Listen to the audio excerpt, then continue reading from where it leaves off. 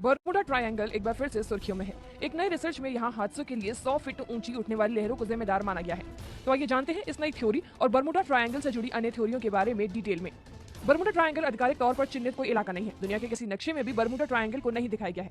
ये एक काल्पनिक ट्रायंगल यानी तिकोना इलाका है, जिसके एक कोने पर मियामी यानी कि फ्लोरिडा में, दूसरे पर सैन जुआन यानी कि पुएर्टो रिको में और तीसरे कोने पर बरमुडा है। ये करीब 4,40,000 मील इलाके में फैला हुआ है। आपको बता दें, पिछले 100 साल में दर्जनों जहाज और विमान गायब होने के कारण इसको शैतानी ट्रायंगल भी कहा जाता है।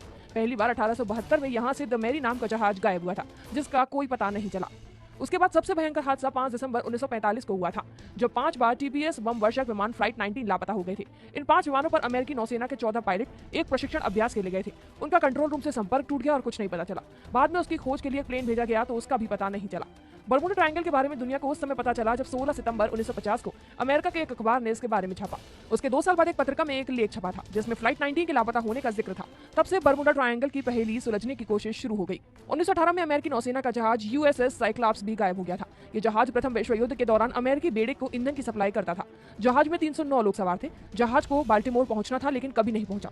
इसके 2 और साथी जहाज 1941 में इसी रूट पर गायब हो गए। कोलबंस का जहाज 1492 में बरमुडा ट्रायंगल की तरफ गया था। उन्होंने बताया कि एक रात समुद्र में भयानक ज्वाला टकराई और कुछ हफ्ते बाद अजीब सी प्रकाश नजर आई। उनके कंपास में काम बंद कर दिया गया था। एक नई थ्योरी हेक्सागोनल यानी कि 6 किनारों वाला बादलों को यहाँ दुर्घटना के लिए जिम्मेदार माना गया है। इसके मुताबिक बरमुडा ट्रायंगल के आसमान में हेक्सागोनल बादल बनते हैं और इसके साथ 170 मील प्रति घंटे की रफ्तार से चलने वाली हवाएं बहती हैं। इन हवाओं के कारण 45 फीट की ऊंचाई तक लहरें उठती हैं और फिर बहुत तेजी से नीचे आती हैं। ये लहरें एयर बम की तरह काम करती हैं। ये एयर बम काफी शक्तिशाली होते हैं, जो जहाजों और विमानों को तबाह कर देते हैं।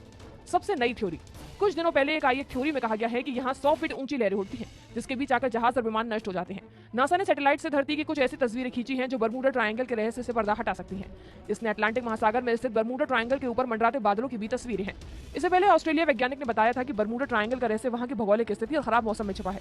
इसकी वजह से अटलांटिक महासागर के उस क्षेत्र में समुद्री विमान और प्लेन गायब हो जाते हैं और उस क्षेत्र पर चुंबकीय घनत्व के प्रभाव की बात भी स्वीकार की गई है। फिलहाल के लिए इतना ही। बाकी खबरों के लिए सब्सक्राइब करें हमारा चैनल।